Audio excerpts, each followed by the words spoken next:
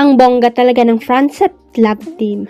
Aba, kahit nga mga bigating pelikula ang makakalaban ng official movie entry ni na Francine at Seth Fidelin sa 50th Metro Manila Film Festival na magsisimula sa December 25, ay marami ang nagsasabing palaban sila sa top 3. Romantic comedy nga kasi ang may future yung movie nila na produce ng Regal Entertainment Inc. At siguradong pwede ito sa lahat kaya tiyak na dudumugin ng mga magkakapamilyang manonood sa MMFF.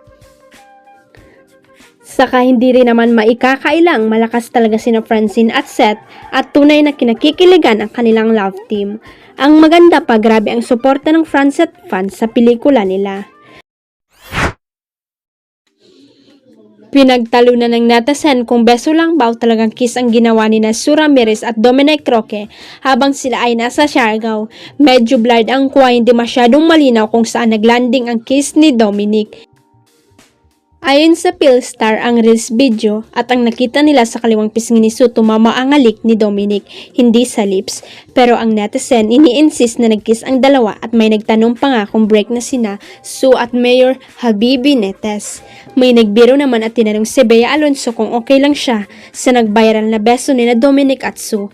Matagal na ring break sina Bea at Dominic at kahit na balitang maraming suitor si Bea, as of now, single ang status nito.